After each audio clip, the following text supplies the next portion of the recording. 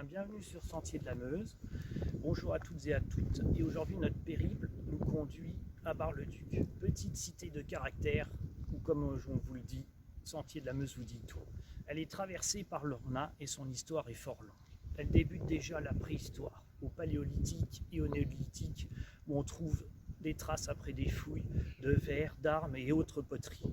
Ensuite, Bar-le-Duc va devenir Caturige à l'époque celtique.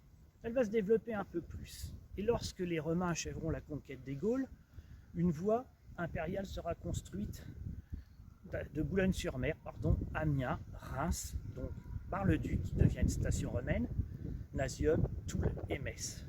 Bar-le-Duc va connaître une période de croissance.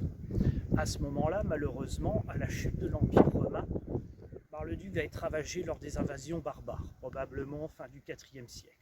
Elle sera quasiment détruite en état de désolation. Il faudra attendre un petit peu plus tard, à l'époque mérovingienne, pour que des troupes stationnent. Et à ce moment-là, c'est le début de la reconstruction de la ville et d'une première enceinte. C'est plus tard, lorsque Frédéric, duc de Haute-Lorraine, s'installe, que Bar-le-Duc retrouve un petit peu de son éclat. À ce moment-là, un château est construit avec 4 tours et une enceinte plus moderne. Bar-le-Duc va profiter pendant un certain temps. Malheureusement, avec le jeu des guerres, Bar-le-Duc sera conquise par le terrible roi de France Philippe le Bel. La ville sera même mise à sac et il faudra attendre 1354 pour qu'elle retrouve son indépendance. C'est plus tard, lorsque Louis de Mousson devient le premier comte de Bar, que Bar-le-Duc se modernise et va construire un nouveau château. Ce château plus important, avec des fossés et des murailles plus épaisses, va permettre à Bar-le-Duc de profiter.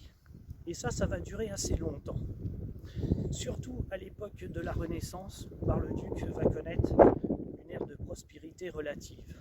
Elle accueille diverses communautés et également des fabriques d'armes, des ateliers de tissage de draps et autres artisans et commerces échoppent.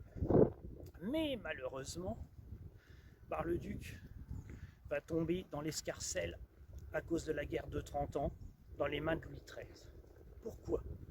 Tout simplement parce que Bar-le-Duc est conquise, ravagée, pillée, quasiment détruite. Et Louis XIV va achever le travail. Louis XIV va ordonner le démantèlement des murailles de Bar-le-Duc. Résultat, ne restera plus que la tour de l'horloge, bien connue des habitants de Bar-le-Duc.